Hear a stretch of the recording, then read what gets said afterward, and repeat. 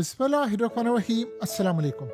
जंग का आखिरी हिस्सा अब शुरू होने वाला है और डोनाल्ड ट्रंप ने पूरे वर्ल्ड के सामने चीखना शुरू कर दिया है।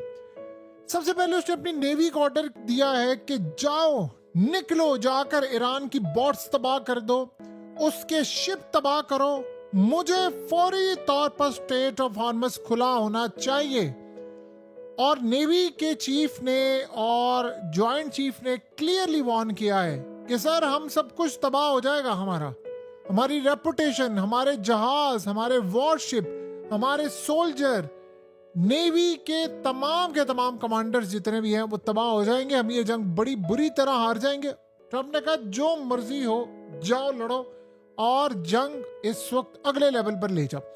और डोनाल्ड ट्रंप ने साथ क्या कहा है, कहता है कि जी मैं पहले बता दूं, ये जो बहुत सारे ममालिक तेल की कीमतों की वजह से स्टेट ऑफ हॉर्मस से अपने शिप और चीजें नहीं लेकर जा रहे, मैं उनको पहले कह देना चाहता हूं कि आप लोग फौरी तौर पर, मैंने ईरान की मिलिट्री तबाह कर दी, वो ड्रोन और मिसाइल तो भेज रहा है, लेकिन मैं चाइना को कहता हूं, फ्रांस को कहता हूं, जापान को कहता हूं, साउथ कोरिया को कहता हूं और बरतानिया को कहता हूं कि आप फौरी तौर पर अपने वॉरशिप रवाना करें और जाकर इस ब्लॉकेज को खत्म करवाएं। और इस सूरत हाल के अंदर मैं बड़ा क्लियरली कर देना चाहता हूं कि बहुत सारे ममालिक हमारे साथ मिलकर अब जा रहे हैं जंग लड़ने के लिए ईरान के साथ, और अब ये मामला आखिरी हद तक जाएगा। देखिए, डोनाल्ड ट्रंप ये समझ रहा है कि यूरोप और ये वो जो मुल्क जाएगा, जाहिर सी बात है ईरान ने उसकी धज्जियां उड़ाकर रख देनी है। जो हाल इस वक्त अमेरिका का हो रहा है वो हाल उससे भी बुरा दुनिया का होगा। और ट्रंप इस वक्त बेवकूफाना अंदाज में लगा हुआ है, मैंने स्टेट ऑफ हॉर्मस खुलवाना है, जैसे गली मोहल्ले का कोई बदमाश होते से जाकर उसने लड़ाई करनी हो। अब आप ये सोचें कि ट्रंप ने चाइना को इनवाइट क्यों किया। उसको पता है कि चाइना, ये जो ईरान ने बात कही है ना कि स्टेट ऑफ हॉर्मस से आप शिप ले जा सकते हैं, लेकिन सिर्फ तब जब आप अपनी, यानी जो शिपमेंट है वो आपने तेल लिया हो या बेचा हो सिर्फ युआन में, चाइनीज करेंसी में, अगर डॉलर में है तो फिर नहीं। तो यहाँ से आपको अंदाजा पता चल जाना चाहिए कि चाइना इस वक्त डॉलर को रिप्लेस कर रहा है। अब ये जो उसने चाइना का नाम लिया है, France, Japan, South Korea, UK, इन सब को, चाइना को निकालकर बाकी तो सारे उसके तहत ही हैं। वो दुनिया को ये बताना चाहता है कि इस पूरे खेल के अंदर असल में चाइना है। और अगर तेल की कीमतें ऊपर जा रही हैं तो चाइना की वजह से, क्योंकि चाइना ईरान के साथ मिलकर काम ये कर रहा है। मसला ये है कि जो अनपॉपुलर वॉर है, ये अमेरिका के अंदर 95%, 90 से 95% लोग इसके खिलाफ हैं। और इस सूरत हाल के अंदर जो मर्जी डोनाल्ड ट्रंप ये कर ले, वो दुनिया को बता दे कि देखो, ईरान के खास तौर पर शिप जो हैं वो चाइना जा रहे हैं, तेल वो ज्यादा से ज्यादा ले रहा है, तो असल में कसूरवार ये है। मसला सारा यहाँ पर ये है, $20,000 का या उससे भी कम का, $7-8 के भी ईरान के ड्रोन्स हैं, $500 की उसकी माइंस है, 4-4 अरब डॉलर के वो वारशिप और ये सारी चीजें तबाह करने वाले। ईरान तैयार है, वो चाहते हैं अमेरिका की नेवी आए, हम उसका यहाँ पर कब्रिस्तान बनाए, वो तैयार बैठे हुए हैं।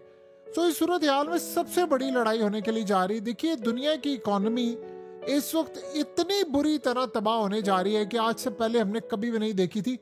यानी आप अंदाजा करें, सारे एक्सपर्ट्स कह रहे हैं कि अगर इस महीने के अंत तक ये जंग चली तो $200 बैरल तक कीमत चली जाएगी और पूरा वर्ल्ड रिसेशन में चला जाएगा और शायद पूरी दुनिया में हंगामे खड़े हो जाएंगे। स्पेशली अमेरिका के अंदर बड़े पैमाने पर रियासतों में, अमेरिका में ट्रंप के खिलाफ ये मामला हो जाएगा और ईरान यही चाह रहा है। सो ये बड़ा क्रिस्टल क्लियर इस वक्त हो चुका हुआ है कि ट्रंप ये जंग हार चुका है।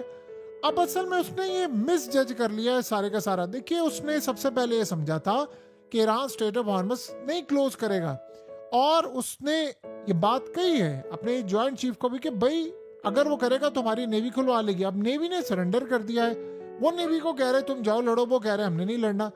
अब इस सूरत हाल के अंदर ऑलरेडी लेट हो चुके हैं। देखिए, प्राइसेस आसमान पर चली गई हैं, तेल की प्राइसेस चली गई, गैस की चली गई।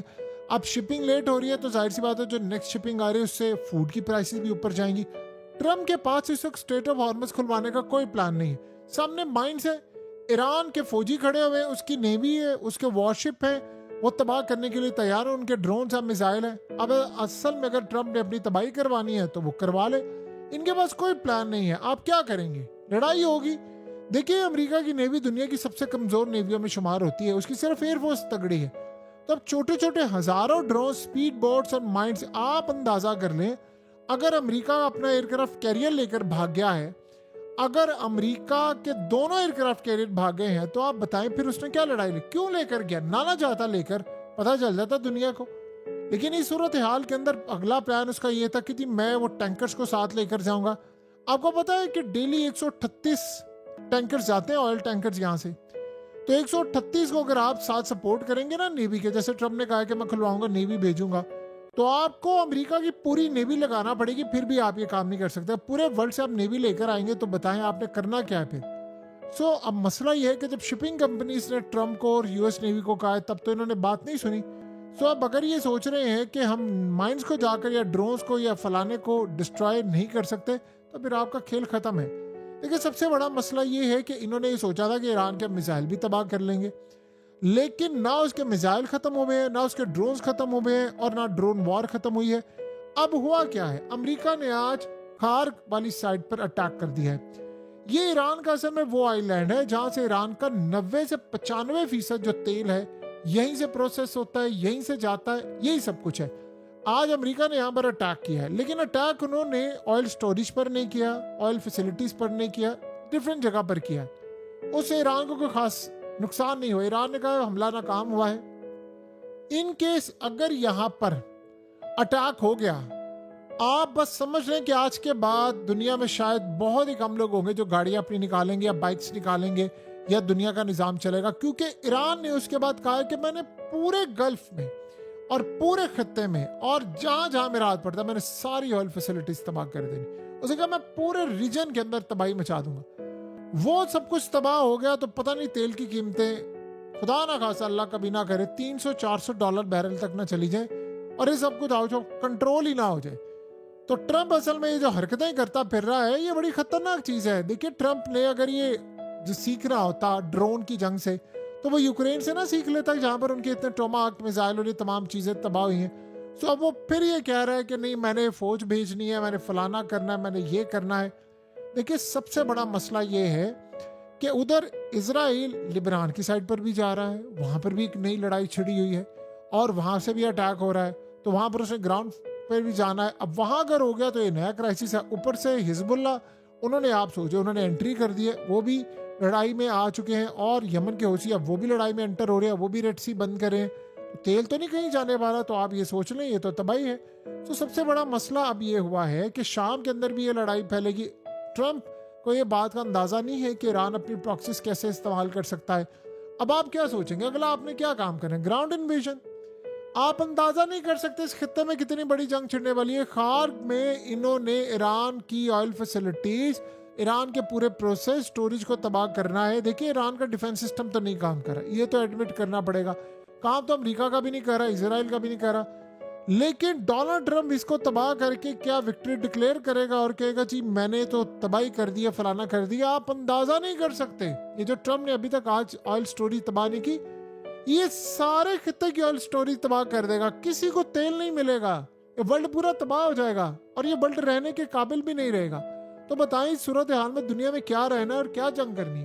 तो डोनाल्ड ट्रंप इस जो हरकतें करता फिर रहा है वो इंतहाई घटिया हरकतें हैं और ऐसी हरकतों से बस वर्ल्ड तबाह होते हैं। और अगर पूरी दुनिया के अंदर इस वक्त आप समझ लें कि कोई बदतरीन शख्स है जिसने पूरे वर्ल्ड को खून में नहलाया हुआ है और वो डोनाल्ड ट्रंप है। नेतन्याहू की क्या वैल्यू है, वो चाइना ने बिल्कुल ठीक कहा था कि असल जो मसला और फसाद की जड़ है वो है अमेरिका। अब आप ये सोचे पूरे रीजन में गल्फ कंट्रीज में जंग छिड़ी हुई है और ये जंग कहां से आई है, ये तो ट्रंप की दी गई है जंग। और वो खुद भी अब कह रहे हैं, हमाद बिन जासिम ने खुद ये बात कही है कि इसराइल की जो जंग है वो हम पर मुसल्लत की गई है, हमारी तो कोई जंग ही नहीं थी, ना हमारी ईरान से कोई लड़ाई थी, लेकिन अब हम कीमत पे कर रहे हैं। मसला ट्रंप को ये है कि मैं यहाँ से हारा तो गल्फ कंट्रीज ने सबसे पहले मुझे छोड़ना है, या खलीजी ममालिक मुझे छोड़ेंगे और वो यहाँ से अड्डे फारिग करवाएंगे। ईरान की तो शर्त ही पहली ये है ना कि अड्डे अमेरिका के फारिग होंगे तो जंग बंदी की तरफ कोई बात होगी और अमेरिका को यहाँ से उसने निकालना है। तो सोचे अमेरिका का क्या हाल होगा। देखिए इन्होंने फौज उतारनी है ईरान के अंदर। इन्होंने अपना जो अफगानिस्तान में हशर हुआ था 21 साल में, वो शायद 21 घंटे में 21 दिन में हो जाएगा।